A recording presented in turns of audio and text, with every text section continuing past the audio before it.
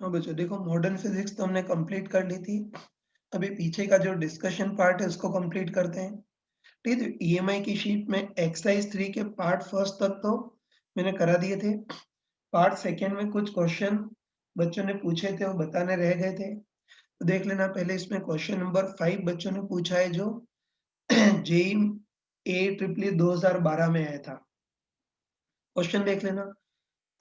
इसमें हमको दे रखा है कि कोई धारावाही रिंग है, इसको समरूप चुंबकीय क्षेत्र बी में रखा है, जो शुरू में इसके तल के समानांतर है। अब रिंग को छोड़ दिया है, तो हमको पता है कि बाह्य चुंबकीय क्षेत्र के कारण इस रिंग पर बलाघूर्ण लगेगा और उस बलाघूर्ण के कारण रिंग घूमने लगेगी। पहले रिंग आगे की ओर घूमेगी, फिर पलट कर पीछे की ओर जाएगी, आगे जाएगी, ऐसे रिंग ऐसे दोलन करेगी। और इस बार घर्षण कहीं भी नहीं है, इससे वैसे तो रिंग अनंत समय तक दोलन करेगी, लेकिन अब रिंग को रोकना है। तो इसके दोलनों को रोकने के लिए हम क्या करते हैं, उसके पास में कोई एल्यूमीनियम की कोई ठोस प्लेट रख देते हैं। और तुम प्रैक्टिकली देखोगे कि पास में धातु की कोई ठोस प्लेट रख दें, तो कुछ समय के बाद ये रिंग रुक जाएगी घूमना। ये तो इसको हम विद्युत चुम्बकीय प्रेरण से समझ सकते हैं। 2 तरीकों से समझ सकते हैं, है ना? एक तो ये बोल सकते हैं कि बताओ, बाह्य चुंबकीय क्षेत्र तो कांस्टेंट है, लेकिन रिंग घूम रही है, इससे रिंग का चुंबकीय क्षेत्र समय के साथ चेंज कर रहा है। तो बताओ, बाह्य चुंबकीय क्षेत्र कांस्टेंट है, लेकिन रिंग का चुंबकीय क्षेत्र समय के साथ चेंज कर रहा है। तो इस पूरे सिस्टम के कारण प्लेट पर गिरने वाला परिणामी चुंबकीय क्षेत्र भी समय के साथ चेंज करेगा। और बताओ, इस प्लेट पर गिरने वाला परिणामी चुंबकीय क्षेत्र समय के साथ चेंज करेगा। तो उसके कारण प्रेरित विद्युत क्षेत्र उत्पन्न होगा, जो कि लूप के रूप में होगा। प्रेरित विद्युत क्षेत्र भी उत्पन्न होगा। प्लेट का चालक माध्यम भी अवेलेबल है, तो ऐसी लूप के रूप में धाराएं उत्पन्न होंगी, जिसको भंवर धाराएं बोलते हैं। और बताओ, इन भंवर धाराओं के कारण प्लेट में बहुत सारी ऊष्मा उत्पन्न होगी, और ये जो ऊष्मा है वो मुफ्त में उत्पन्न नहीं होगी, है ना? ऊष्मा उत्पन्न होगी और रिंग की गति ऊर्जा की कीमत पर उत्पन्न होगी। मतलब रिंग की गति ऊर्जा घटती जाएगी और उसके कारण ये ऊष्मा उत्पन्न होती आएगी, ठीक है? और इतना ही नहीं, साथ में इस रिंग पर अपोजिंग बलागुण भी लगेगा। जैसे मान लेते हैं रिंग ऐसे घूम रही है, तो बता, रिंग ऐसे घूम रही है ना? अगर रिंग ऐसे घूमे तो विद्युत चुम्बकीय प्रेरण ऐसा उत्पन्न होगा, जो रिंग के ऐसे घूमने का अपोज करे, तो उसके कारण रिंग पर अपोजिंग दिशा में घुमाने वाला चुंबकीय बलागुण लगेगा, है ना? तो वही कि रिंग पर अपोजिंग दिशा में घुमाने वाला चुंबकीय बलागुण लगेगा, और उसके कारण रिंग धीरे-धीरे, है ना? रिंग का आयाम धीरे-धीरे कम हो जाएगा और कुछ समय के बाद रिंग घूमना बंद हो जाएगी, नहीं? और ध्यान रखना, ऐसा भी हो सकता है कि प्लेट भी घूमने लग जाए, है ना? बताओ, जैसे रिंग पर बलागुण इस दिशा में लग रहा है, तो प्रतिक्रिया स्वरूप प्लेट पर बलागुण इस दिशा में लगेगा। मतलब हो सकता है कि प्लेट भी घूमने लग जाए, लेकिन अगर प्लेट को हमने पकड़ करके रखा हो, तो प्लेट घूमेगी नहीं, केवल प्लेट में एडी करंट के कारण ऊष्मा ही उत्पन्न होगी, है ना? और जो ऊष्मा उत्पन्न होगी वो रिंग की गति ऊर्जा की कीमत पर उत्पन्न होगी। मतलब रिंग की गति ऊर्जा घटेगी, तो रिंग की जितनी गति ऊर्जा घटेगी, इस प्लेट में उतनी ही ऊष्मा उत्पन्न होगी। ये सब हम लेंस के नियम से बोल सकते हैं। अब देखो, ये तो बता दिया। अब इसी टाइप का क्वेश्चन 2020 के जेईई एडवांस में इसी साल इसी कांसेप्ट का क्वेश्चन पूछा गया था, है ना? कहने को तो उसको बता सकते हैं, लेकिन वैसे एग्जाम में सोचना बहुत टफ था। देखो क्वेश्चन में देखना, इसमें भी हमको दे रखा है कि एल्यूमीनियम की कोई ठोस वृत्ताकार प्लेट है ना भाई? कि एल्यूमीनियम की ऐसी ठोस वृत्ताकार प्लेट है, और ये अपने स्वयं के अक्ष सापेक्ष घूमने के लिए स्वतंत्र है। अब इस बार हम क्या करते हैं कि नॉर्थ साउथ का कोई चुंबक लेते हैं, है ना? नॉर्थ साउथ का कोई स्ट्रॉन्ग चुंबक लेते हैं, और इस चुंबक को इस तरह से पकड़ करके इस वृत्तीय पथ में घुमाते हैं। बस हमको पूछा है कि चुंबक को इस वृत्तीय पथ में घुमाओगे तो प्लेट पर क्या प्रभाव पड़ेगा, ये सब देखना है, ठीक है? तो देखो, इतना तो हम कंफर्म बोल सकते हैं कि जो चुंबक को आगे की ओर घुमा रहे हैं ना, तो बता, चुंबक को आगे की ओर घुमाएंगे तो उसके कारण इसमें विद्युत चुंबकीय प्रेरण भी होगा, है ना? मैंने बताया था कि ये लेंस के नियम से एक्चुअली केवल धाराएँ ईएमएफ की दिशा नहीं, बल की दिशा भी निकाल सकते हैं। तो तुम लॉजिकली सोच कर बोल सकते हो कि चुंबक को ऐसे आगे की ओर घुमाएँगे, तो विद्युत चुंबक की प्रेरण ऐसा उत्पन्न होगा जो चुंबक के आगे जाने का विरोध कर सके, और आगे जाने का विरोध करना है मतलब इस चुंबक पर पीछे की ओर विद्युत चुंबकीय बल लगेगा, है ना? और तुम बताओ कि चुंबक पर पीछे की ओर बल लगेगा तो प्रतिक्रिया स्वरूप इस डिस्क पर आगे की ओर बल लगेगा, है ना? तो बताओ चुंबक पर पीछे की ओर बल लगेगा जो कि इस चुंबक के घूमने का अपोज़ करेगा। इस पर पीछे लगेगा तो प्रतिक्रिया स्वरूप डिस्क पर आगे की ओर बल लगेगा। तो उसके कारण डिस्क इस दिशा में घूमने लगेगी, मतलब चुंबक जिस दिशा में घूम रहा था, डिस्क भी उसी दिशा में घूमने लगेगी। एक तो ये होगा, और दूसरा एक और चीज़ इसमें होगी कि ये चुंबक को घुमा रहे हैं ना, चुंबक को घुमा रहे हैं तो चुंबक का चुंबकीय क्षेत्र वेक्टर है वो टाइम के साथ चेंज करेगा, और चुंबकीय क्षेत्र वेक्टर टाइम के साथ चेंज करेगा तो प्रेरित विद्युत क्षेत्र उत्पन्न होगा। तो उस प्रेरित विद्युत क्षेत्र के कारण इस प्लेट में भंवर धाराएँ उत्पन्न होंगी, और भंवर धाराओं के कारण प्लेट गर्म भी हो जाएगी। ये तो इसमें 2 चीज़ें होंगी।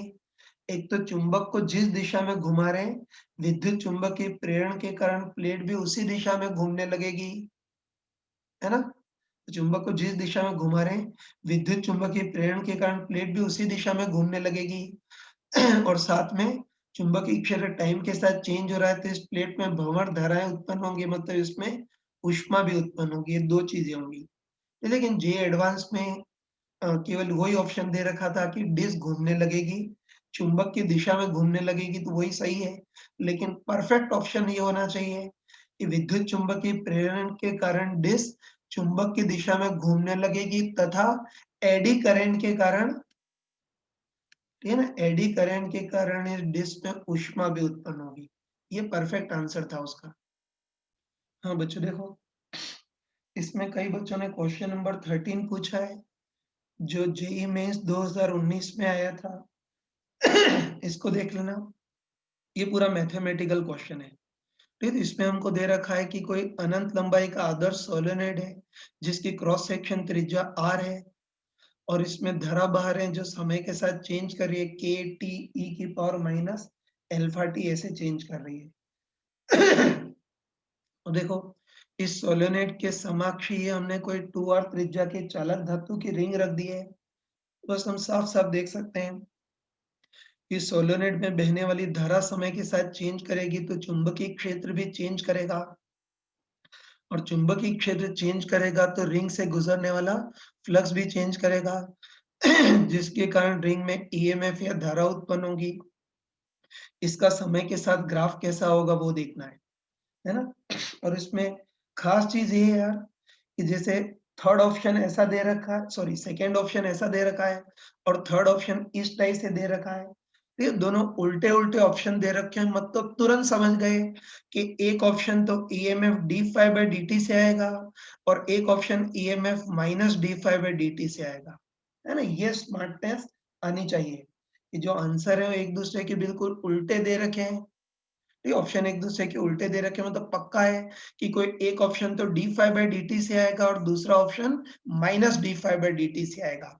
और मैंने क्लास में चमका करके बताया था कि कभी भी plus D five by D T और minus D five by D T इन दोनों में कंपटीशन हो, तो फिर हम ईएमएफ का किताबी फॉर्मूला यूज करेंगे, minus D five by D T, इसका यूज करना ही पड़ेगा हमको। बस अब स्टार्ट करते हैं, ठीक है?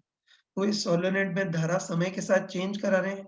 धारा चेंज कराएँगे तो चुंबकीय क्षेत्र भी चेंज करेगा, और सोलेनोइड के कारण जो भी चुंबकीय क्षेत्र है वो ट्यूब के अंदर ही रहेगा, और कितना होगा म्यू नॉट Ni, जहाँ I का ये एक्सप्रेशन है। फिर बताओ चुंबकीय क्षेत्र सोलेनोइड को तो काटेगा ही, लेकिन रिंग की सतह को भी काटेगा। तो रिंग की सतह से चुंबकीय फ्लक्स गुजरेगा B इंटू A। तो B तो mu naught Ni into A, इतने भाग का क्रॉस सेक्शन क्षेत्रफल पाई आर स्क्वायर, और इसके बाहर वाला भाग है वहां कोई चुंबकीय क्षेत्र काटने वाला है ही नहीं, तो वहां फ्लक्स 0 होगा, तो बस फ्लक्स इतना होगा। धारा चेंज करिए तो चुंबकीय क्षेत्र भी चेंज करेगा तो फ्लक्स भी चेंज करेगा, और फ्लक्स चेंज के कारण इस लूप में ईएमएफ उत्पन्न होगा। और ईएमएफ कितना उत्पन्न होगा? Simply D phi by D T. ये लेकिन चक्कर वही है यार, इस बार दो ऑप्शन उल्टे उल्टे, मतलब एक ऑप्शन तो D phi by D T के अनुसार है और दूसरा minus D phi by D T के अनुसार है। चमका कर बताया था कि इन दोनों में कंपटीशन हो, तो अब हमको किताबी formula minus D phi by D T उसी का यूज करना होगा। तो इस बार इसमें ईएमएफ कितना उत्पन्न होगा? Minus D phi by D T. तो बताओ माइनस, और ये सारे कांस्टेंट बाहर, mu naught N pi R square, ये सब बाहर into D I by D T है ना। तो जो ईएमएफ उत्पन्न होगा वो minus D phi by D T पे डिपेंड करेगा, मतलब indirectly minus D I by D T पे डिपेंड करेगा। बाकी सब कांस्टेंट है तो उनको लिखने की जरूरत ही नहीं है। बस इस बार ईएमएफ किस पे डिपेंड करेगा? माइनस, और D I by D T के लिए इसका टी के सापेक्ष अवकलन करेंगे। चलो सबसे पहले k तो कांस्टेंट है, मोह माया से बाहर ही निकाल लेते हैं। अब ये t इंटू ई की पावर माइनस एल्फा टी दोनों गुणनफल की फॉर्म में है, तो अवकलन के लिए प्रोडक्ट रूल लगाएंगे। First as it is second का अवकलन plus second as it is first का अवकलन। तो फर्स्ट एज इट इज मतलब t as it is second का अवकलन, तो e की पावर माइनस एल्फा टी का अवकलन e की power minus alpha T into अंदर वाले का एक बार और अवकलन करेंगे तो माइनस एल्फा प्लस। अब सेकेंड एज इट इज मतलब e की power minus alpha T as it is, और फर्स्ट का अवकलन तो t का अवकलन 1, तो ईएमएफ हमारे पास इतना आ गया है ना। k कांस्टेंट है, मैं इसको इग्नोर कर रहा हूँ। तो इसको सॉल्व करेंगे तो ईएमएफ किस पर डिपेंड करेगा?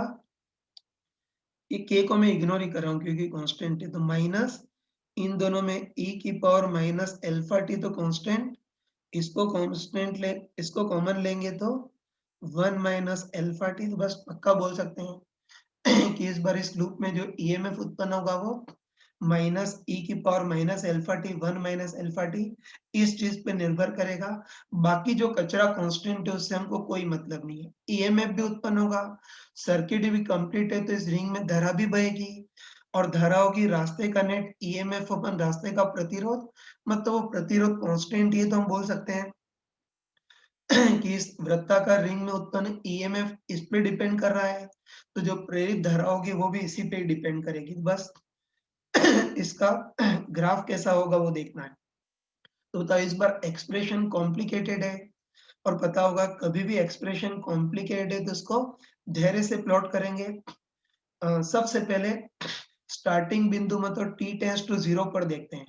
तो तुम बताओ t टेंड्स टू 0 रखें तो ये तो 0 हो जाएगा, और ये e की पावर 0 कितना हो जाएगा? 1, तो ईएमएफ कितना आ जाएगा? -1। जैसे साथ में कांस्टेंट भी है, ठीक ना, लेकिन हम बोल सकते हैं कि t टेंड्स टू 0 पर देखें तो ये e की पावर 0 तो 1 हो गया, ये t इक्वल टू 0 रखेंगे तो ये चीज 0 हो गई, तो t इक्वल टू 0 पर ईएमएफ प्रोपोर्शनल टू -1। इसे ग्राफ यहाँ से स्टार्ट होगा तो बोल सकते हैं कि t इक्वल टू 0 पर EMF sorry t equal to 0 पर ईएमएफ प्रोपोर्शनल टू -1, मतलब ग्राफ नेगेटिव से स्टार्ट होगा, ठीक है। उसके बाद बताओ ईएमएफ कभी 0 होगा या नहीं होगा?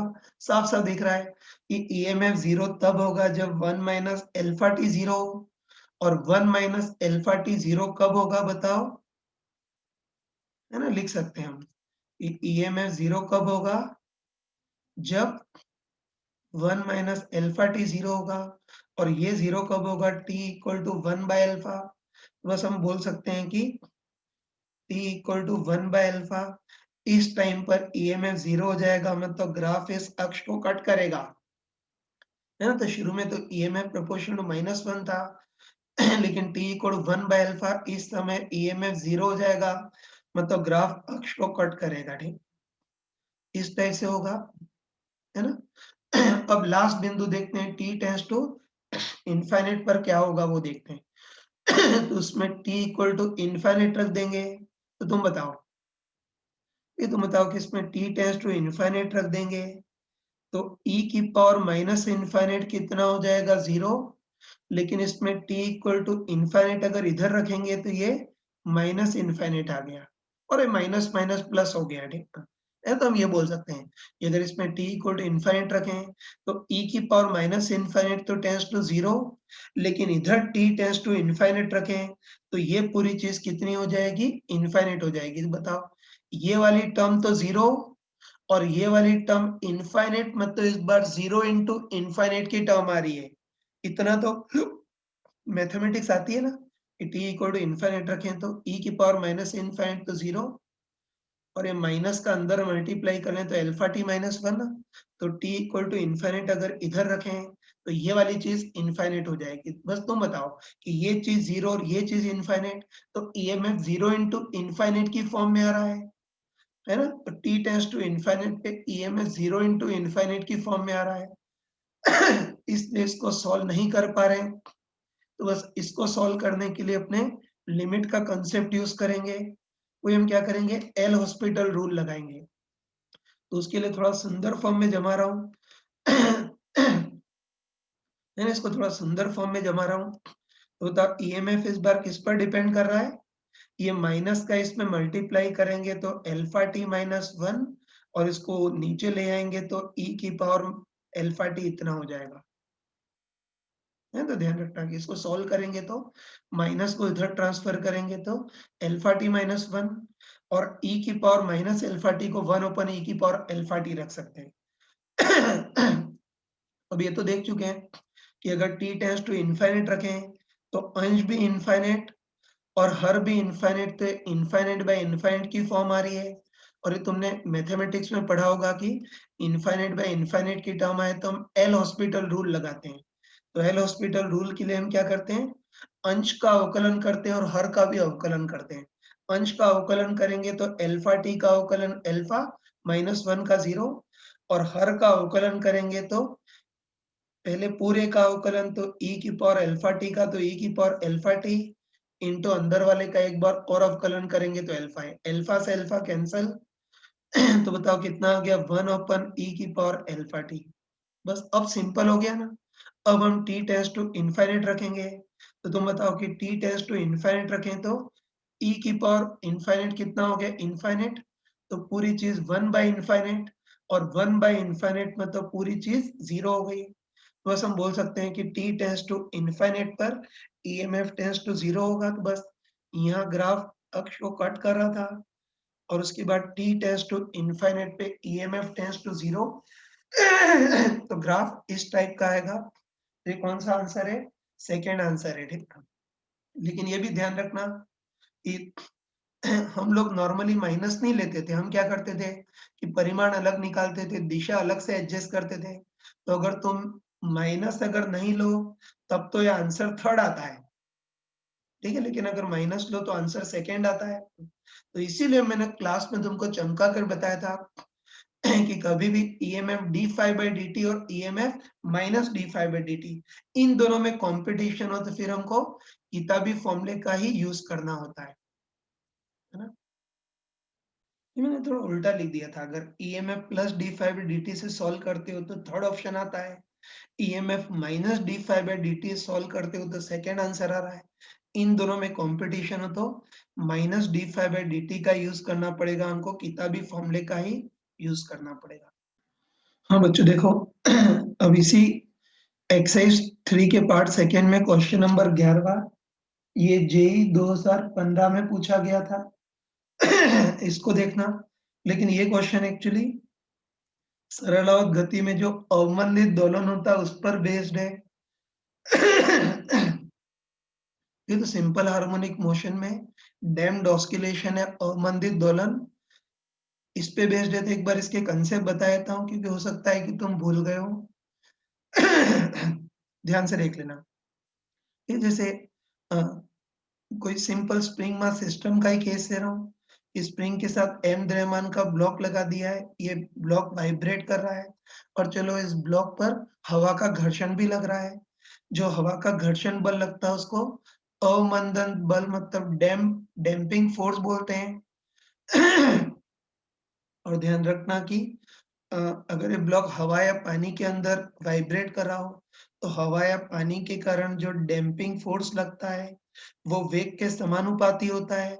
और damping force equal to B into V होता है, जहाँ बी को डैम्पिंग कांस्टेंट बोलते हैं। ठीक है, तो चलो मान लेते हैं कि वाइब्रेट करते हुए किसी क्षण ये ब्लॉक साम्यावस्था से x जितना विस्थापित हो गया और इस समय इसका वेग v है। तो इस पर कौन-कौन से बल लगेंगे वो देखते हैं। तुम बताओ कि एक तो इस ब्लॉक पर प्रत्यानयन बल लगेगा, जो साम्यावस्था की ओर ले जाएगा वो kx, और दूसरा डैम्पिंग फोर्स लगेगा। है ना? तो बताओ, ब्लॉक आगे की ओर गति कर रहा है तो टांग खींचने के लिए हवा का घर्षण बल या डैम्पिंग फोर्स पीछे की ओर बीवी, तो बस इस पर परिणामी बल देखते हैं। तो बताओ kx भी पीछे की ओर है, इससे माइनस kx, और जो डैम्पिंग फोर्स बीवी है वो भी अपोजिंग है, इससे माइनस बीवी। तो इस ब्लॉक पर परिणामी बल इतना आ गया। अब बताओ, न्यूटन्स लॉ के अनुसार परिणामी बल को द्रव्यमान इंटू त्वरण लिख सकते हैं। इन सब नमूनों को एलएचएस में ट्रांसफर करें तो ma plus B into V plus K X equal to 0। अब इसको थोड़ा सा डिफरेंशियल इक्वेशन की फॉर्म में जमाते हैं। तो वेग को तो हम क्या लिख सकते हैं, dx by dt, और त्वरण विस्थापन का डबल अवकलन होता है, मतलब d square x by dt square. तो डिफरेंशियल इक्वेशन क्या आ जाएगी, m into D square X by D T square plus b into V की जगह dx by t plus K X equal to 0। ठीक है, तो ध्यान रखना कि डैम्प्ड ऑस्किलेशन की डिफरेंशियल इक्वेशन ये वाली बनती है। अब इसको सॉल्व करना है, तो इस सेकेंड ऑर्डर की लीनियर डिफरेंशियल इक्वेशन है, और इस सेकेंड ऑर्डर की लीनियर डिफरेंशियल इक्वेशन को हम इस 12th या जेई लेवल पे सॉल्व नहीं कर सकते। उसके लिए इंजीनियरिंग में कुछ मेथड होते हैं, लाप्लास ट्रांसफॉर्मेशन और ये सब। तो अगर उस इंजीनियरिंग मेथड से अगर इसको सॉल्व करें तो इसका सॉल्यूशन ये आता है, x equal to A naught ई की power minus B T by 2m into sine omega d T plus 5 SR। बस तुम बताओ कि इस बार भी विस्थापन साइन ओमेगा टी प्लस 5 की फॉर्म में है, मतलब पार्टिकल दोलन तो करेगा, लेकिन बताओ साइन के पीछे जो भी आएगा वो किसका काम करेगा, आयाम का। तो तुम बताओ, इस बार पार्टिकल दोलन तो करेगा, लेकिन इस बार इसका आयाम कांस्टेंट नहीं रहेगा, आयाम समय के साथ एक्सपोनेंशियली घटेगा, और वो अंडरस्टूड भी है यार, कि बताओ इस पर हवा का प्रतिरोधी बल लग रहा है जो असंरक्षी बल है। तो उसके कारण इसकी ऊर्जा घटेगी, मतलब इसके वाइब्रेशन का आयाम भी घटेगा, और लंबे समय के बाद आयाम टेंड्स टू 0 हो जाएगा। ठीक, ये तो विस्थापन का है, वो हम केवल आयाम का ग्राफ देखते हैं। तो साइन के पीछे जो भी आएगा वो आयाम का काम करेगा ना।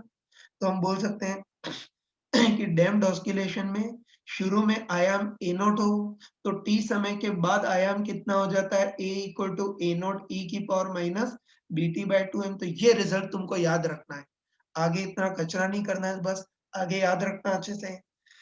कि कभी भी अमंदित दोलन हो, कभी भी अमंदित दोलन हो या डैम्प्ड ऑस्किलेशन हो, तो उसमें सिस्टम का आयाम एक्सपोनेंशियली घटता है, और शुरू में आयाम ए नॉट हो तो टी समय के बाद आयाम कितना हो जाता है, A equal to A naught ई की power minus B T by 2m। ये बी टी बाई 2m खास याद रखना है। तो शुरू में आयाम ए नॉट हो तो टी समय के बाद आयाम ए नॉट से घट करके A equal to A naught ई की power minus B T by 2m होता है। बस हम ग्राफ भी बना सकते हैं कि शुरू में आयाम ए नॉट होगा और फिर आयाम एक्सपोनेंशियली घटेगा, और लंबे समय के बाद आयाम लगभग 0 हो जाएगा। ठीक, अब बताओ, इस बार आयाम एक्सपोनेंशियली घट रहा है ना। मतलब बताओ, जैसे रेडियो एक्टिविटी में नाभिकों की संख्या एक्सपोनेंशियली घटती है, वैसे आयाम भी एक्सपोनेंशियली घट रहा है। तो उसको रेडियो एक्टिविटी वाले फॉर्मूले से ए नॉट ई की पावर माइनस लैम्डा टी से कंपेयर कर सकते हैं। ये रेडियो एक्टिविटी में भी तुमने पढ़ा होगा, और फिजिकल केमिस्ट्री में केमिकल काइनेटिक्स में ही पढ़ा होगा, है ना, कि जैसे किसी भी रिएक्शन में अ, किसी भी रिएक्शन में क्रियाकारक की सांद्रता एक्सपोनेंशियली घटती है। रेडियो एक्टिव पदार्थ के जो सक्रिय नाभिक होते हैं वो एक्सपोनेंशियली घटते हैं, वैसे इस बार आयाम भी एक्सपोनेंशियली घट रहा है। तो इसको ए नॉट ई की पावर माइनस लैम्डा टी से कंपेयर कर सकते हैं। तो ध्यान रखना कि पूरी फिजिक्स में अगर कभी भी कोई चीज एक्सपोनेंशियली घट रही हो तो टी के साथ जो आता है वो किसका काम करता है, क्षय नियतांक या डीके कांस्टेंट लैम्डा का काम करता है। तो बताओ, इसमें टी के साथ क्या आ रहा है, dt बाय 2m, तो बस t के साथ जो होता है वो क्षय नियतांक का काम करता है, मतलब बोल सकते हैं कि डैम्प्ड ऑस्किलेशन में जो आयाम घट रहा है उसका क्षय नियतांक b बाय 2m होगा। है, तो याद रखना है चीज अच्छे से कि पूरी फिजिक्स में अगर कभी कोई चीज एक्सपोनेंशियली घट रही हो तो t के साथ जो आता है वो क्षय नियतांक लैम्डा का काम करता है। तो इस बार t के साथ b बाय 2m आ रहा है, तो अवमंदित दोलन में जो आयाम घटता है उसका क्षय नियतांक b बाय 2m होता है। और नाम से ही क्लियर है कि अगर कभी भी क्षय नियतांक ज्यादा होगा तो राशि तेजी से घटेगी, और क्षय नियतांक कम होगा तो राशि धीरे धीरे घटेगी। नाम से ही क्लियर है। ये तो हम क्लियरली बोल सकते हैं कि अगर क्षय नियतांक कम हो मतलब b बाय 2m कम हो तो इसका आयाम धीरे धीरे घटेगा, और अगर क्षय नियतांक ज्यादा हो या b बाय 2m ज्यादा हो तो आयाम तेजी से घटेगा। ठीक है? एक और इम्पोर्टेंट चीज तुम ध्यान में रख सकते हो कि बताओ कभी भी कोई चीज एक्सपोनेंशियली घट रही हो तो t के साथ जो आता है वो तो क्षय नियतांक का काम करता है और वो बताता है कि क्षय कितना तेजी से हो रहा है। लेकिन बताओ कोई, ये मैंने संधारित्र और इंडक्टर के टाइम पे बताया था कि कोई भी चीज एक्सपोनेंशियली घट रही हो तो t के साथ जो आता है वो तो क्षय नियतांक का काम करता है, लेकिन t के नीचे जो होता है वो टाइम कांस्टेंट का काम करता है ना? तो बताओ इसका क्षय नियतांक b बाय 2m है, तो टाइम कांस्टेंट तो उसका उल्टा 2m बाय b है ना? तो याद रखना तुम याद रखना कि t के साथ जो आता है वो क्षय नियतांक का काम करता है, और t के नीचे जो आता है वो टाइम कांस्टेंट का काम करता है। ये तो साफ साफ इससे दिख रहा है कि टाइम कांस्टेंट और क्षय नियतांक एक दूसरे के उल्टे हैं। ठीक है, मतलब ध्यान रखना कि क्षय नियतांक तो क्षय कितना तेजी से हो रहा है वो बताता है, और जो टाइम कांस्टेंट है वो क्षय कितना धीरे धीरे हो रहा है मतलब देरी या डिले को बताता है। ठीक है, तो ये चीज अब कंपेरेटिव याद रखना, इतनी मैच्योरिटी होनी चाहिए। है ना? तो याद रखना कि कभी भी कोई चीज एक्सपोनेंशियली घट रही हो तो t के साथ जो होता है वो क्षय नियतांक का काम करता है, और t के नीचे जो होता है वो टाइम कांस्टेंट का काम करता है। मतलब साफ साफ बोल सकते हैं कि क्षय नियतांक और टाइम कांस्टेंट एक दूसरे के उल्टे हैं। क्षय नियतांक तो क्षय में तेजी को बताता है और टाइम कांस्टेंट जो है वो क्षय में डिले को या देरी को प्रदर्शित करता है। ठीक है? लेकिन क्षय नियतांक से सोचना आसान है, टाइम कांस्टेंट से सोचोगे तब भी वही आंसर आएगा। तो ये ध्यान रखना है ना? ये सब देख लिया।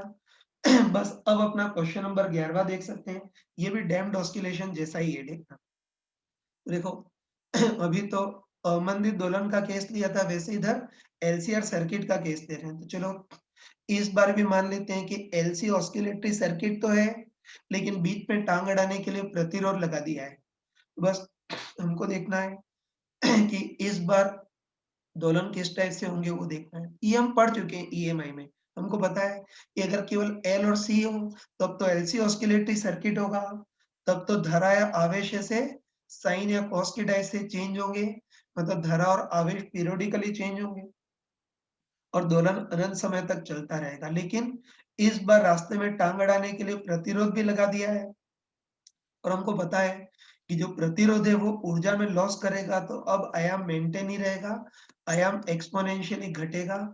मतलब बिल्कुल जैसे डैम्प्ड ऑस्किलेशन में आयाम एक्सपोनेंशियली घटता है वैसे यहाँ भी एक्सपोनेंशियली घटेगा। तो चलो किस टाइप से घटेगा उसको मैथमेटिकली देखना है। ये तो उसके लिए मान लेते हैं कि किसी समय संधारित्र पर आवेश Q है, किसी समय धारा I बह रही है, और I धारा इंडक्टर में प्रवेश करे तो उसमें अपोजिंग ईएमएफ उत्पन्न होगा L di by dt, और बस कुछ भी बुद्धि नहीं लगानी है, बस भगवान का नाम लेकर के किरचॉफ लूप लगा देते हैं।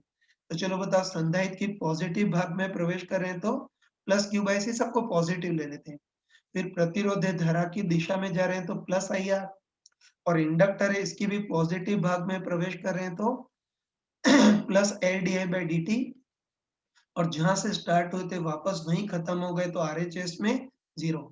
अब थोड़ा सा प्रॉपर डिफरेंशियल इक्वेशन की फॉर्म में लाना है, तो उसके लिए क्या करते हैं, जो धारा है उसको dq बाई dt लिख देते हैं। बताओ धारा को dq बाई dt लिखा है तो di बाई dt को क्या बोल सकते हैं, q का डबल अवकलन मतलब d square q by dt square, ये लिख सकते हैं। है ना? तो बताओ अब इस डिफरेंशियल इक्वेशन को हम कैसे लिख सकते हैं, बताओ। एल डी, इस डिफरेंशियल इक्वेशन को हम कैसे लिख सकते हैं, L D square Q by dt square, उसके बाद plus r into dq by dt plus 1/c into Q equal to 0। बस LCR है ना, LCR DC सर्किट की डिफरेंशियल इक्वेशन ये आ गई। तुम साफ साफ बताओ कि ये जो डिफरेंशियल इक्वेशन है वो बिल्कुल डैम्प्ड ऑस्किलेशन के सिमिलर है। मैं नीचे लिख देता हूँ, LCR सर्किट की डिफरेंशियल इक्वेशन तो ये आ गई, और पहले हमने डैम्प्ड ऑस्किलेशन की डिफरेंशियल इक्वेशन पढ़ी थी, तो वो कितनी आई थी, m into D square X by D T square plus b into D X by D T plus K X equal to 0। बस हम पक्का बोल सकते हैं कि LCR सर्किट की जो डिफरेंशियल इक्वेशन है वो अवमंदित दोलन की डिफरेंशियल इक्वेशन के बिल्कुल सिमिलर है। ठीक है, तो उधर जैसे x चेंज कर रहा था वैसे यहाँ आवेश का भी ग्राफ इसी टाइप का होगा। ठीक, अब इम्पोर्टेंट चीज बोल सकते हैं कि डैम्प्ड ऑस्किलेशन की differential equation, sorry, LCR circuit की डिफरेंशियल इक्वेशन डैम्प्ड ऑस्किलेशन के सिमिलर है। बस हम दोनों को कंपेयर करें तो हम बोल सकते हैं कि मैकेनिक्स में जो काम द्रव्यमान करता था, सर्किट में वही काम इंडक्टेंस करता है ना। तो ये कंपैरिजन से हम बोल सकते हैं कि मैकेनिकल, है ना, मैकेनिकल सिस्टम में जो काम द्रव्यमान करता है, सर्किट में वही काम इंडक्टेंस करता है, और ये हमको पहले से ही पता है ना। विद्युत चुंबकीय प्रेरण में ही बोला था कि जिस प्रकार द्रव्यमान के कारण वस्तु की स्थिति सडनली चेंज नहीं हो सकती है, उसी प्रकार इंडक्टेंस के कारण सर्किट में धारा भी अचानक में चेंज नहीं हो सकती है। इसलिए इंडक्टर को सर्किट का जड़त्व बोलते हैं। जड़त्व मतलब द्रव्यमान। तो ये चीज विद्युत चुंबकीय प्रेरण में भी पढ़ ली थी, लेकिन यहाँ मैथमेटिकली भी ठप्पा लग गया कि मैकेनिकल सिस्टम में जो काम द्रव्यमान करता है, सर्किट में वही काम इंडक्टेंस करता है। एक और चीज कि अगर इन दोनों को कंपेयर करेंगे तो हम बोल सकते हैं कि मैकेनिकल सिस्टम में जो काम डैम्पिंग कांस्टेंट करता है, सर्किट में वही काम प्रतिरोध करता है, और वो अंडरस्टूड है यार। कि जैसे मैकेनिकल सिस्टम में जो डैम्पिंग फोर्स है वो ऊर्जा में लॉस करता है, और सर्किट में जो प्रतिरोध है वो ऊर्जा में लॉस करता है। तो ये तो हम फीलिंग से ही सोच सकते थे कि मैकेनिकल सिस्टम में जो काम डैम्पिंग कांस्टेंट करता है, इस सर्किट में वही काम प्रतिरोध करता है। और तीसरी चीज बोल सकते हैं कि बताओ, इधर गुणांक को कंपेयर करेंगे तो बोल सकते हैं कि मैकेनिकल सिस्टम में जो काम स्प्रिंग कांस्टेंट करता है, सर्किट में वही काम 1/c करता है। ये चीज लॉजिकली नहीं सोच सकते, ये मैथमेटिकली करेंगे। तो देखो, ये चीज याद रखना, और तोते के टाइप से रटने की जरूरत नहीं है, फटाफट डिफरेंशियल इक्वेशन बना कर सकते हो। लेकिन दो चीजें तो लॉजिकली हमको पता थी, ये तो याद रखना कि मैकेनिकल सिस्टम में जो काम द्रव्यमान करता है, सर्किट में वही काम इंडक्टेंस। मैकेनिकल सिस्टम में जो काम डैम्पिंग कांस्टेंट करता है, सर्किट में वही काम प्रतिरोध करता है। और ये दो चीजें तो बहुत ऑब्वियस है, हमको लॉजिकली पता थी, लेकिन तीसरी ये भी चीज पता चल गई कि मैकेनिकल सिस्टम में जो काम स्प्रिंग कांस्टेंट करता था, सर्किट में वही काम 1/c करता है ना। तो ये इंपॉर्टेंट चीज है, हर साल बताते थे। 2020 के जनवरी अटेम्प्ट में शायद एक क्वेश्चन पूछ लिया गया था। अपनी शीट में तो किसी और पार्ट में है, शायद सरल और गति में है, लेकिन ये इस सेम क्वेश्चन, इसी कंसेप्ट की ये चीज 2020 के जनवरी अटेम्प्ट में पूछ ली गई है, वापस पूछी जा सकती है। ये सब देख लिया ना, बस हम पक्का बोल सकते हैं कि LCR सर्किट की डिफरेंशियल इक्वेशन डैम्प्ड ऑस्किलेशन के सिमिलर है। बस जैसा सॉल्यूशन डैम्प्ड ऑस्किलेशन का है, वैसा ही इस LCR सर्किट का भी आएगा। ठीक, बस यहाँ विस्थापन x इस टाइप से चेंज कर रहा था, वैसे ये वैसे ही यहाँ सर्किट में बहने वाला आवेश भी उसी टाइप से चेंज करेगा। a नॉट e की पावर माइनस b की जगह क्या आएगा, r, और m की जगह l, तो माइनस b की जगह r t अपन 2m की जगह l, और sign omega d T plus five इस टाइप से होगा। बस बहने वाले आवेश का समय के साथ ग्राफ बना सकते हैं ना। दोस्तों तुम आराम से बताओ कि साइन ओमेगा टी है, मतलब ये आवेश दोलन तो करेगा लेकिन आयाम कांस्टेंट नहीं रहेगा, घटेगा। तो शुरू में दोलन का आयाम ज्यादा होगा, फिर कम होगा, फिर और कम होगा, और लंबे समय के बाद आयाम लगभग 0। तो हमने लॉजिकली EMI में सोच लिया था, ये मैथमेटिकली भी आ गया। ठीक, अब इसमें मेन आयाम का काम कौन करेगा वो देखना है। ठीक है, तो ध्यान रखना कि डैम्प्ड ऑस्किलेशन में आयाम किस तरह से घटता था, A equal to A naught ई की power minus B T by 2m। वैसे इस एलसीआर सर्किट में आवेश का आयाम किस तरह से चेंज करेगा, है ना। एलसीआर सर्किट में बहने वाला आवेश का आयाम किस तरह से चेंज करेगा, Q equal to A naught की जगह मैं Q नॉट लिख देता हूं, e की पावर माइनस b की जगह क्या आ जाएगा आर टी बाय 2m की जगह l। बस हम कह सकते हैं कि डैम्प्ड ऑस्किलेशन में आयाम कैसे घटता है, a equal to A naught ई की power minus B T by 2m। वैसे एलसीआर सर्किट में बहने वाला आवेश किस तरह से घटता है, Q equal to Q naught ई की पावर माइनस बी टी की जगह आर टी ओपन 2m की जगह 2l। तो मुझे अब अगले पेज पे लिखना पड़ेगा। बस कंफर्म बोल सकते हैं कि इस बार आवेश का आयाम भी Q equal to Q naught ई की पावर माइनस बी की जगह आर टी अपन 2m की जगह l इस तरह से चेंज करेगा, है ना। इसका ग्राफ भी बना सकते हैं। ये तो हम बोल सकते हैं कि ग्राफ कैसा हो, ये क्या कर दिया यार, e की पावर माइनस बी टी की जगह आर टी ओपन 2m की जगह 2l होगा। ग्राफ भी बना सकते हैं, तो ठीक है ना। आवेश का आयाम समय के साथ किस तरह चेंज करेगा, ग्राफ भी बना सकते हैं, ठीक है।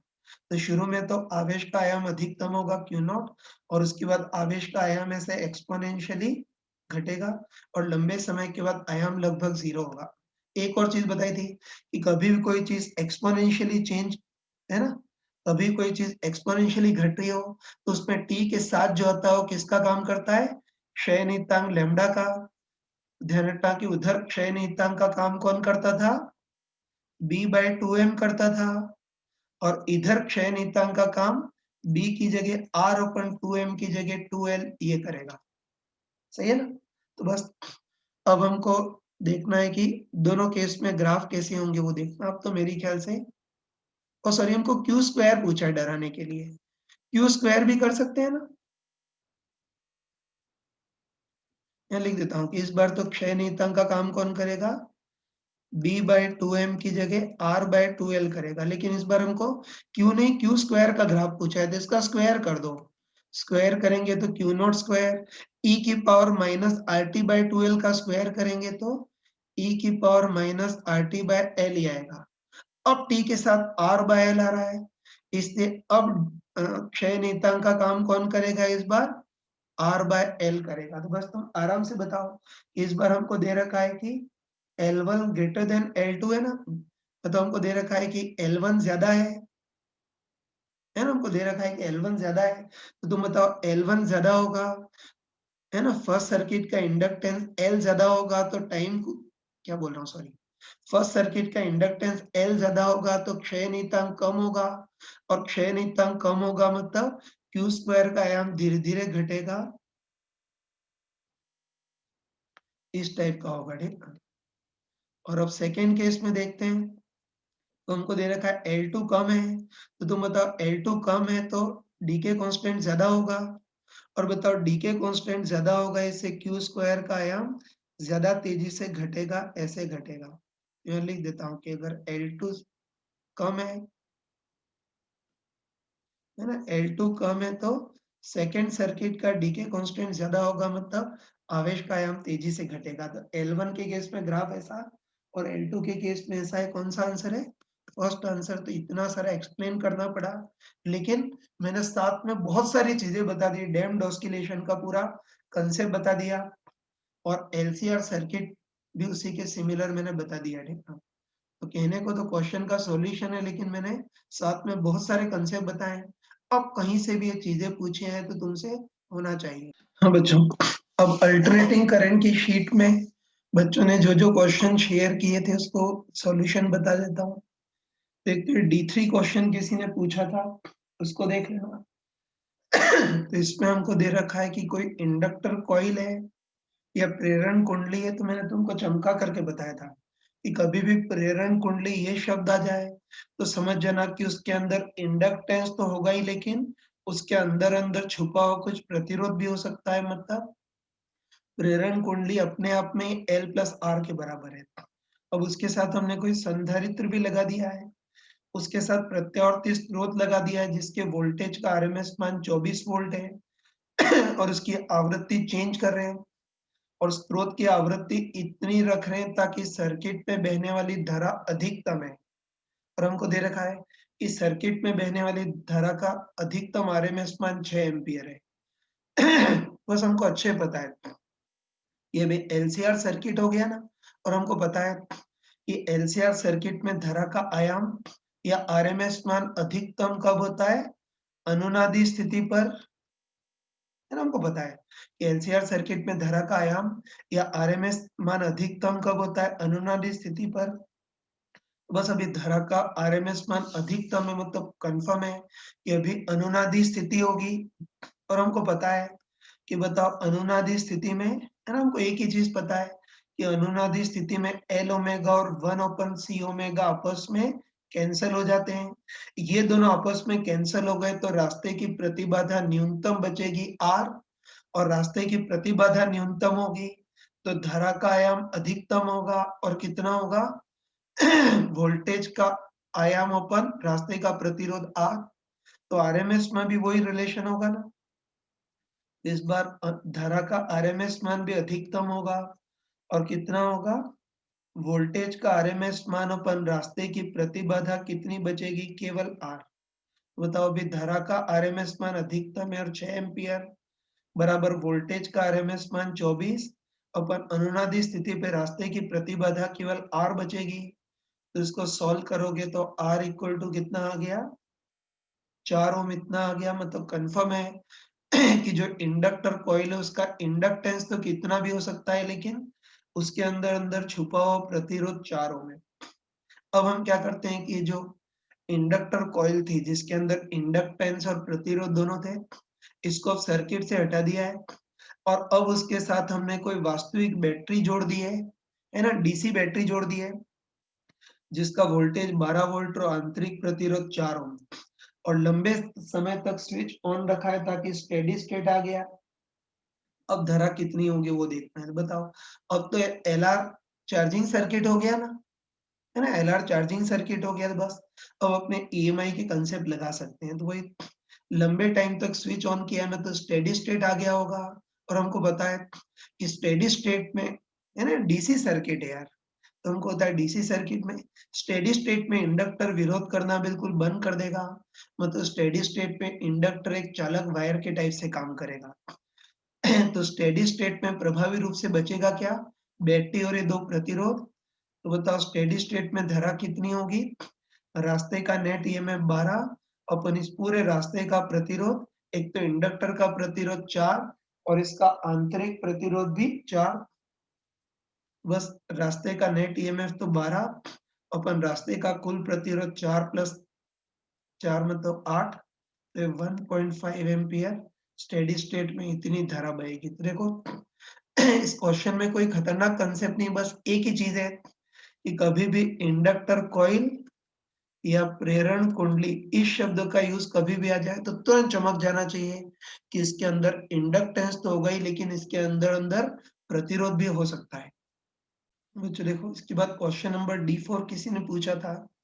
ये तो थोड़ा कम्युनिकेशन पे बेस्ड क्वेश्चन है। इसमें हमको दे रखा है कि हमको विद्युत चुंबकीय तरंग उत्पन्न करनी है, और विद्युत चुंबकीय तरंग उत्पन्न करने के लिए हम एलसी ऑस्किलेटरी सर्किट का यूज कर रहे हैं जिसमें जो संधारित्र है उसकी धारिता 2.5 माइक्रोफैराड और जो इंडक्टर है उसका इंडक्टेंस हमको पता नहीं है। है ना, और हमको अच्छे पता है कि ये एलसी ऑस्किलेटरी सर्किट का यूज कर रहे हैं ना, तो हमको एक ही चीज पता है कि एलसी ऑस्किलेटरी सर्किट की प्राकृतिक कोणीय आवृत्ति कितनी होती है? 1/√LC। तो हमको आवृत्ति देखनी है, तो उसके लिए ओमेगा को क्या लिख देते हैं? 2πf। तो इससे f कितना हो जाएगा? 1/2π√LC। और बताओ एलसी ऑस्किलेटरी सर्किट की आवृत्ति इतने हर्ट्ज है, तो इससे जो विद्युत चुंबकीय तरंग निकलेगी उसकी भी आवृत्ति इतने ही हर्ट्ज होगी। ठीक अब हमको दे रखा है कि विद्युत चुंबकीय तरंग की आवृत्ति तो इतनी होगी, उसके बाद विद्युत चुंबकीय तरंग का तरंग दैर्ध्य कितना है? 300 मीटर है, और हमको पता है कि विद्युत चुम्बकीय तरंग है, मतलब इसका वेग तो प्रकाश के वेग के बराबर होगा, मतलब 3 × 10⁸ मीटर पर सेकंड ये होगा। बस सिंपली बताओ इस विद्युत चुम्बकीय तरंग के लिए C = F लैम्ब्डा लगा सकते हैं ना? तो विद्युत चुम्बकीय तरंग है, इसलिए इसका वेग तो 3 × 10⁸ बराबर आवृत्ति कितनी होगी, है ना? आवृत्ति कितनी होगी 1/2 पाई रूट LC। L निकालना है और C का मान 2.5 माइक्रो, मतलब 10⁻⁻6 इंटू लैम्ब्डा। ये तो लैम्ब्डा उस विद्युत चुम्बकीय तरंग का तरंग दैर्घ्य 300 मीटर। इन सब का मान दे रखा है, तो इसको सॉल्व करके तुम इसका इंडक्टेंस L भी निकाल सकते हो। मैं पूरी कैलकुलेशन नहीं करूंगा, वो तुम खुद कर सकते हो। हाँ बच्चों देखो, ये एक्सरसाइज 1 के पार्ट फर्स्ट में कुछ ही क्वेश्चन पूछे थे। अब एक्सरसाइज 1 के पार्ट सेकेंड में C7 किसी ने पूछा है। ये भी बिल्कुल इसी टाइप का ही क्वेश्चन है। इसको देखना, ठीक क्वेश्चन में देखना। इसमें भी हमको दे रखा है कि कोई प्रेरण कुंडली है, और मैंने तुमको क्लियरली बताया था कि अगर कभी भी प्रेरण कुंडली शब्द आ जाए तो समझ जाना कि उसका इंडक्टेंस तो होगा ही, लेकिन उसके अंदर अंदर कुछ प्रतिरोध भी हो सकता है। इससे प्रेरण कुंडली अपने आप में L + R के बराबर है। और पहले केस में उसके साथ 100 वोल्ट का डीसी स्रोत लगा दिया है, मतलब दिष्ट बैटरी लगा दी है, और अभी स्टेडी स्टेट में धारा 1 एम्पियर है ना? लंबे टाइम तक स्विच ऑन रखा है। तो बस इसमें ईएमआई की कंसेप्ट यूज कर सकते हैं ना, कि लंबे टाइम तक स्विच ऑन रखा है, मतलब स्टेडी स्टेट आ जाएगा। और हमको पता है कि डीसी सर्किट के केस में स्टेडी स्टेट में इंडक्टर जो है वो डिसेंट चालक वायर के टाइप से काम करेगा। तो स्टेडी स्टेट में प्रभावी रूप से क्या बचेगा, बैटरी और प्रतिरोध। तो स्टेडी स्टेट में रास्ते का ईएमएफ 100, रास्ते का प्रतिरोध R। तो स्टेडी स्टेट में बहने वाली धारा कितनी होगी, रास्ते का ईएमएफ 100 अपन रास्ते का प्रतिरोध R। और हमको क्वेश्चन में दे रखा है कि स्टेडी स्टेट में धारा कितनी है 1 एम्पियर, मतलब R = कितना हो गया 100 ओम। तो एक चीज पता चल गई कि प्रेरण कुंडली के अंदर अंदर जो प्रतिरोध छुपा हुआ है वो कितना है 100 ओम है, लेकिन अभी इंडक्टेंस पता नहीं है। अब हम क्या करते हैं कि उसी प्रेरण कुंडली को लेते हैं जिसका प्रतिरोध तो हम देख चुके हैं 100 ओम, लेकिन उसका इंडक्टेंस पता नहीं है ना। अब उस प्रेरण कुंडली को किसी प्रत्यावर्ती स्रोत से जोड़ते हैं जिसके वोल्टेज का आरएमएस मान 100 वोल्ट है और उसकी आवृत्ति 150/√π हर्ट्ज है। पहले ओमेगा निकालते हैं ना, तो हर्ट्ज में मतलब एफ दे रखी है, तो ओमेगा कितना होगा 2πf, है ना? तो कितना आ जाएगा 2π × 150/√3π।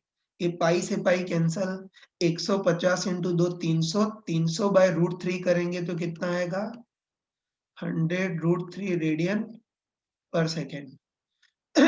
बस अब इस इंडक्टर कॉइल के साथ प्रत्यावर्ती स्रोत लगाया है और अब आरएमएस धारा 0.5 एम्पियर है। बस हमको पूछा है कि एक तो इसका इंडक्टेंस कितना होगा और एक इसकी प्रतिबाधा कितनी होगी वो देखना है। कर सकते हैं ना, तो बस अब प्रत्यावर्ती स्रोत लगाए तो प्रत्यावर्ती सर्किट का कंसेप्ट यूज करेंगे। बस रास्ते में एक तो प्रतिरोध है, उसका प्रभावी प्रतिरोध R जो कि 100 है। दूसरा इंडक्टर है, इसका प्रतिघात कितना होता है L ओमेगा। तो रास्ते की नेट प्रतिबाधा बीच में होगी और कितनी होगी √R² प्लस L ओमेगा का स्क्वायर। तो R² तो 100² प्लस L ओमेगा का स्क्वायर ही होगी। बस धारा का आरएमएस मान निकाल सकते हैं ना। तो हम बोल सकते हैं कि धारा का आरएमएस मान कितना होगा, वोल्टेज का आरएमएस मान अपन रास्ते की कुल प्रतिबाधा कितनी है √100² प्लस L ओमेगा का होल स्क्वायर। मान रख देते हैं। बताओ धारा का आरएमएस मान कितना दे रखा है 0.5 एम्पियर, मतलब 1/2 एम्पियर। और वोल्टेज का आरएमएस मान कितना 100। इसको सॉल्व करोगे तो हमारे पास कितना आएगा √100² प्लस L ओमेगा का स्क्वायर इक्वल टू 2 इंटू 100 कितना हो गया 200 और root 100 square plus L omega का स्क्वायर रास्ते की कुल प्रतिबाधा है। तो रास्ते की कुल प्रतिबाधा 200 ओम आ गई। अब एल ओमेगा कितना होगा तो उसके लिए सॉल्व करेंगे, दोनों स्क्वायर करेंगे तो root 100 square plus L omega square equal to 200 square. इसको उधर ट्रांसफर करेंगे तो बताओ एल ओमेगा का स्क्वायर कितना हो गया बताओ 200 स्क्वायर माइनस 100 स्क्वायर। इसमें 100 स्क्वायर को कॉमन ले सकते हैं, इसको कॉमन लेंगे तो अंदर कितना आएगा रूट 2 स्क्वायर माइनस 1 स्क्वायर मतलब 3, दोनों और अंडर रूट करते हैं तो अंडर रूट करेंगे तो एल ओमेगा इक्वल टू कितना आ जाएगा 100 रूट 3 इतना आ जाएगा, है ना। तो इससे ओमेगा एल निकाल सकते हैं ना, तो एल इक्वल टू कितना आ जाएगा 100 root 3 open omega,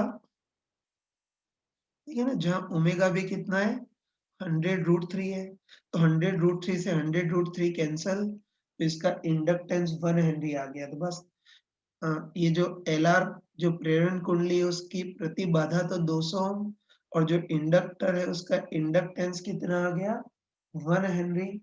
C answer correct है। ठीक है, इस क्वेश्चन में भी सबक वही मिला कि कभी भी इंडक्टर कॉइल या प्रेरण कुंडली शब्द का यूज हो तो उसके अंदर इंडक्टेंस तो होगा ही लेकिन उसके अंदर अंदर प्रतिरोध भी छुपा हो सकता है।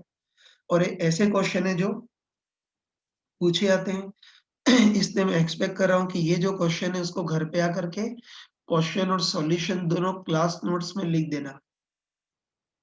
तो बच्चों देखो उसके बाद इसी सेक्शन में D5 और D6 पूछे हैं। पहले D5 कर लेते हैं। तो इसमें हमको दे रखा प्रत्यावर्ती स्रोत है उसके साथ प्रतिरोध R, इंडक्टर L और संधारित्र C तीनों लगा दिए, है ना।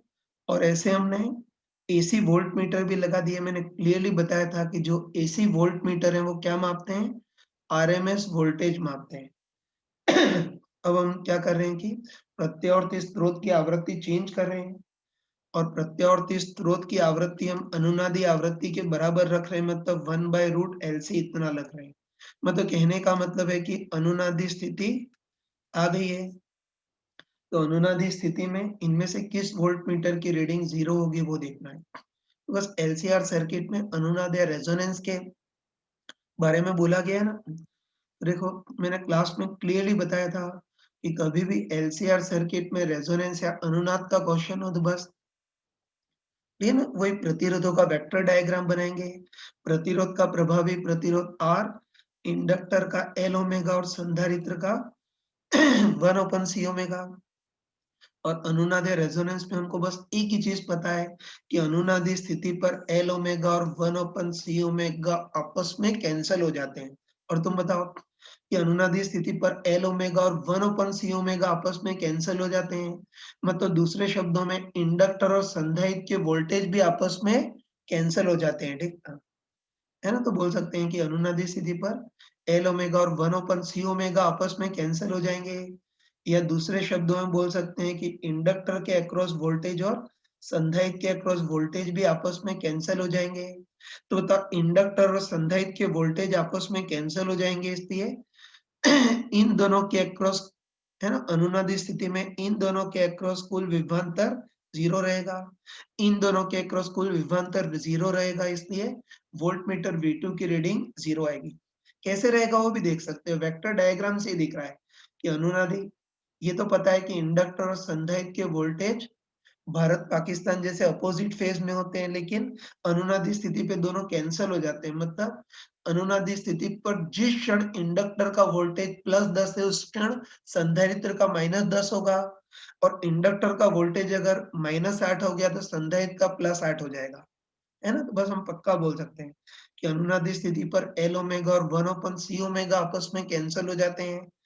तो ऑब्वियसली इंडक्टर और संधारित्र के वोल्टेज भी आपस में कैंसिल हो जाएंगे, मतलब इंडक्टर और संधारित्र इन दोनों के अक्रॉस कुल वोल्टेज 0 हो जाएगा। तो इनके अक्रॉस जो वोल्टमीटर V2 लगाई है उसकी रीडिंग 0 हो जाएगी। और बताओ इनके अक्रॉस वोल्टेज 0 हो जाएगा तो जो वोल्टेज सोर्स के अक्रॉस है वो पूरा पूरा प्रतिरोध के अक्रॉस आ जाएगा। मतलब सोर्स का वोल्टेज अगर 100 वोल्ट है तो प्रतिरोध के अक्रॉस भी 100 वोल्ट आ जाएगा। इसलिए वोल्टमीटर V1 और V3 की रीडिंग क्या आएगी? बराबर आएगी, है ना? मतलब अगर स्रोत का वोल्टेज 100 वोल्ट है तो प्रतिरोध के अक्रॉस भी 100 वोल्ट। तो ये वोल्ट मीटर V1 की रीडिंग भी 100 और V3 की भी 100, बाकी अनुनादी स्थिति पर V2 की रीडिंग 0 ही होगी। हाँ, देखो बच्चों D6 क्वेश्चन किसी ने पूछा था, ठीक है? तो इसमें भी हमको दे रखा है कोई प्रत्यावर्ती स्रोत है जिसका वोल्टेज 100 वोल्ट है, उसके साथ LCR सब लगा दिए हैं, जिसमें प्रतिरोध का प्रभावी प्रतिरोध 50 ओम ये दे रखा है और साथ में L और C भी है। अब वोल्टेज मेजर करने के लिए हमने वोल्ट मीटर लगा दिए हैं और साफ-साफ दिख रहा है कि बताओ वोल्ट मीटर सॉरी प्रत्यावर्ती वोल्ट मीटर क्या मापेंगे? वोल्टेज के आरएमएस मान को। तो क्वेश्चन में साफ-साफ दिख रहा है कि इंडक्टर और संधायक के अक्रॉस जो वोल्ट मीटर लगा है उनकी रीडिंग बराबर आ रही है। मतलब इंडक्टर और संधायक के अक्रॉस वोल्टेज बराबर है। ठीक है, तो इंडक्टर और संधायक के अक्रॉस वोल्टेज बराबर है, मतलब इनके प्रभावी प्रतिघात भी बराबर है। और इंडक्टर और वोल्टेज के प्रतिघात बराबर है, मतलब दोनों आपस में कैंसिल हो जाएंगे। और दोनों आपस में कैंसिल हो रहे हैं, मतलब पक्का पता चल गया कि ये अनुनादी स्थिति है। तो ये ध्यान रखना कि इंडक्टर और संधायक के अक्रॉस वोल्टेज बराबर आ रहे हैं। वोल्टेज बराबर होंगे तो उनके प्रभावी प्रतिघात भी बराबर होंगे और प्रतिघात बराबर होंगे तो आपस में कैंसिल हो जाएंगे।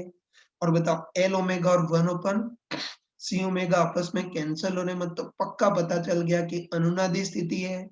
और बताओ अनुनादी स्थिति में इन दोनों के प्रतिघात कैंसिल हो जाते हैं तो इन दोनों के वोल्टेज भी आपस में कैंसिल हो जाएंगे।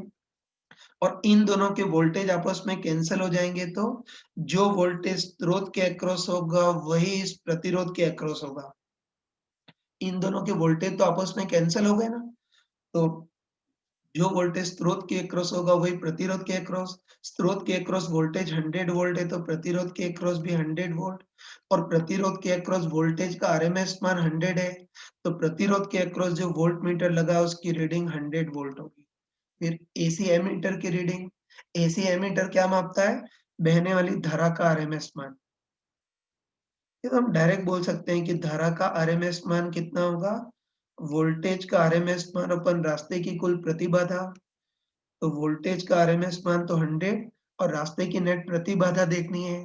तो हमको पता है कि अनुनादी स्थिति में L ओमेगा और 1 ओपन C ओमेगा आपस में कैंसिल हो जाते हैं। ये दोनों आपस में कैंसिल हो गए तो रास्ते की प्रतिबाधा कितनी बचेगी? केवल R, R मतलब 50।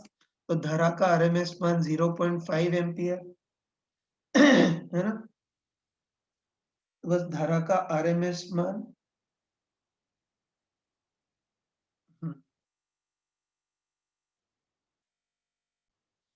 सॉरी कैलकुलेशन में गलती कर दी यार। वही 100/50 तो कितना आएगा? 2 एम्पियर। धारा का आरएमएस मान 2 एम्पियर है, मतलब एसी एमीटर की रीडिंग भी 2 एम्पियर होगी। तो इस टाइप के क्वेश्चन तुम लॉजिकली कर सकते हो, गलत नहीं होने चाहिए। हाँ बच्चों, उसके बाद देखो एक्सरसाइज 2 के पार्ट फर्स्ट में क्वेश्चन नंबर 4 गलत लिखी। ठीक, क्वेश्चन नंबर 4 किसी बच्चे ने पूछा था, इसको देख लेना। इसमें हमको दे रखा है कि प्रत्यावर्ती स्रोत है जिसका voltage V equal to V naught sine omega T है। उसके साथ प्रतिरोध R भी लगा दिया और संधारित्र C भी लगा दिया है। और इस बार हमको दे रखा है कि इस बार संधारित्र का प्रतिघात मतलब 1 ओपन C ओमेगा जो है वो R के बराबर है। तो अभी धारा का आयाम जो है वो I नॉट दे रखा है। कितना होगा वो देख सकते हो ना? वही रास्ते में जो नमूने सबके प्रतिरोध प्रभावी प्रतिरोध दिशा के साथ लिखेंगे। तो एक तो प्रतिरोध है, इसका प्रभावी प्रतिरोध R और एक संधारित्र है जिसका प्रतिघात 1 ओपन C ओमेगा होता है और इस बार 1 ओपन C ओमेगा भी R दे रखा है। तो इनका परिणामी बिल्कुल बीच में होगा और कितना होगा? Root R square plus R square मतलब √2r होगा।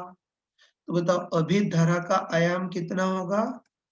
वोल्टेज का आयाम V नॉट बाय रास्ते की कुल प्रतिबाधा √2r। तो ये फर्स्ट समीकरण हो गई, पहले केस में ये हो गया। अब सेकेंड केस में हम क्या कर रहे हैं? ये R और C तो उतना ही रख रहे हैं, लेकिन सेकेंड केस में हम क्या कर रहे हैं कि स्रोत की जो कोणीय आवृत्ति ओमेगा है उसको 1/√3 गुना कर रहे हैं। तो तुम डायरेक्ट बताओ कि ओमेगा को 1/√3 गुना कर देंगे तो व्युत्क्रमानुपाती रूप से संधारित्र का जो प्रतिघात होगा वो √3 गुना हो जाएगा, है ना? तुम खुद बताओ कि संधारित्र का प्रतिघात तो 1/c ओमेगा होता है, मतलब ओमेगा के व्युत्क्रमानुपाती होता है। तो बताओ सेकेंड केस में हमने ओमेगा को 1/√3 गुना किया है, ओमेगा को 1/√3 गुना कर देंगे तो व्युत्क्रमानुपाती रूप से संधारित्र का जो प्रतिघात है वो पहले की तुलना में √3 गुना हो जाएगा। तो तब पहले संधारित्र का प्रतिघात R के बराबर था, तो अब कितना हो जाएगा? √3R हो जाएगा। बस अब धारा का आयाम कितना होगा वो देखना है। बस इस बार भी प्रतिरोधों का वेक्टर डायग्राम बनाते हैं। तो होता है इस बार भी एक तो प्रतिरोध है, उसका प्रभावी प्रतिरोध R, है ना? और संधारित्र का प्रतिघात बताओ पहले की तुलना में √3 गुना हो गया है। पहले संधारित्र का प्रतिघात R के बराबर था, इस बार √3R के बराबर हो गया है। बस रास्ते की नेट प्रतिबाधा देख सकते हैं ना कितनी होगी? रूट ऑफ इसका स्क्वायर प्लस इसका स्क्वायर मतलब रूट ऑफ R स्क्वायर, और √3R का होल स्क्वायर करेंगे तो 3R स्क्वायर, सोल्व करेंगे तो 2R आ जाएगा। बस बताओ सेकेंड केस में धारा का आयाम कितना होगा? वोल्टेज का आयाम V0 अपन अब रास्ते की कुल प्रतिबाधा 2R है। बस दोनों को सोल्व कर सकते हो ना? क्या करो, इसमें इसका भाग देते हैं, मतलब I0 डैश अपन I0, तो I0 डैश तो कितना है? V0/2R, और I0 इतना है तो 1/I0 इसका उल्टा हो जाएगा, मतलब √2R/V0। तो V0 से V0 और R से R कैंसल, तो अनुपात कितना आ गया? √2/2 मतलब 1/√2। इसको उधर ट्रांसफर करेंगे तो I0 dash equal to I0/√2, मतलब सेकेंड केस में धारा का आयाम I0/√2 होगा। तो बिल्कुल सिंपल टाइप से इसको कर सकते हैं। हाँ बच्चों, एक्सरसाइज 2 के पार्ट सेकेंड का क्वेश्चन नंबर 1 ये किसी ने पूछा था, तो इसको देख लेना। इस बार हमको दे रखा है कि कोई प्रत्यावर्ती वोल्टेज है जो समय के साथ इस टाइप से चेंज कर रहा है। आरी के दांत जैसा दिखता है, इसलिए इसको आरी दंत विभव या इंग्लिश में सॉ टूथ वोल्टेज ये बोलते हैं, ठीक है? बस हमको देखना है कि t इक्वल टू 0 से कैपिटल T मतलब एक आवर्त काल में वोल्टेज का औसत मान और आरएमएस मान कितना होगा वो देखना है। औसत मान तो कोई अनपढ़ ही बता सकता है, 0 होगा। बताओ एक आवर्त काल में वोल्टेज जितना पॉजिटिव है उतना ही नेगेटिव है, तो एक आवर्त काल में वोल्टेज का औसत मान 0, तो 10 आवर्त काल में भी 0। तो हम बोल सकते हैं कि एक या दो आवर्त काल में वोल्टेज का औसत मान तो 0 होगा, लेकिन अब आरएमएस मान कितना होगा वो देखना है ना? बस वोल्टेज का आरएमएस मान इस बार V0/√2 नहीं बोल सकते। बताओ अगर वोल्टेज साइन या कॉस के डाई से चेंज करता तब तो आंखें बंद करके बोल सकते थे कि वोल्टेज का आयाम V0 है तो आरएमएस मान V0/√2, लेकिन इस बार वोल्टेज रेखीय रूप से चेंज कर रहा है, इसलिए इस बार हमको निकालना पड़ेगा। तो सबसे पहले वोल्टेज का टाइम के साथ फंक्शन निकालेंगे और फिर उसका वर्ग करेंगे, माध्य निकालेंगे और मूल निकालेंगे। स्टार्ट करते हैं। सबसे पहले t इक्वल टू 0 से t equal to capital T तक, मतलब एक आवर्त काल तक वोल्टेज का समय की फॉर्म में फंक्शन लिखते हैं। तुम आराम से बताओ कि इस एक आवर्त काल में वोल्टेज समय के साथ रेखीय रूप से चेंज कर रहा है, तो इन दोनों में रिलेशन के लिए सरल रेखा की समीकरण यूज कर सकते हो, जो मर्जी में वो कर सकते हो। y equal to mx plus c भी यूज कर सकते हो, या मुझे तो आसान इंटरसेप्ट फॉर्म लग रहा है उसका यूज करते हैं। तो x/a plus y/b equal to 1। x अक्ष की जगह t है, अपन a y अंतखंड ये कितना है? कैपिटल T/2 प्लस y अक्ष पर वोल्टेज v है, अपन b y अंतखंड ये V0 नीचे है, इसलिए माइनस V0 इक्वल टू 1। तो तुम्हारे लिए मामूली चीज होगी। तो इसको सॉल्व करेंगे तो कितना आ जाएगा? इधर तो V/V0 बराबर 1 minus 2t by capital T।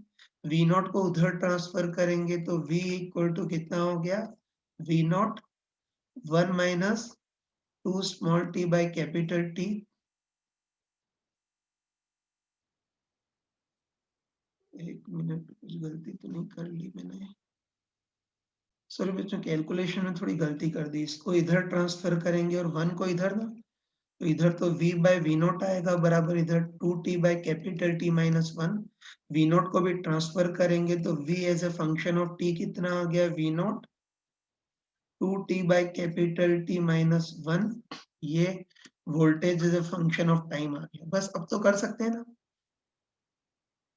ये देखते ही बताओ, ये voltage as a function of time आ गया। तो बस अब आरएमएस के लिए वोल्टेज का वर्क करेंगे, फिर माध्य निकालेंगे और फिर मूल निकालेंगे। पहले वर्क करते हैं, वर्क करेंगे तो V square equal to V naught square और इस चीज का पूरा स्क्वायर आ गया। फिर माध्य निकालेंगे, मतलब हमको वी स्क्वायर का औसत निकालना है। तो मैंने मैथमेटिकल तरीका बताया था कि वी स्क्वायर का औसत कैसे निकालते हैं, integration V square D T open integration D T limit t equal to 0 से कैपिटल T और यहाँ भी t इक्वल टू 0 से कैपिटल T। बस इंटीग्रेशन v स्क्वायर करेंगे तो V naught square 2t by capital T minus 1 का square dt open नीचे इंटीग्रेशन dt। तो बताओ ओनली dt का समाकलन t, लिमिट रखेंगे तो कैपिटल T और ये t इक्वल टू 0 से कैपिटल T। आगे सॉल्व कर लेना। तो इसको सॉल्व करोगे तुम्हारे पास, ये सॉल्व करके प्रॉपर लिमिट रख देना। मैं डायरेक्ट बता रहा हूँ, अगर तुम सॉल्व करके प्रॉपर लिमिट रखोगे,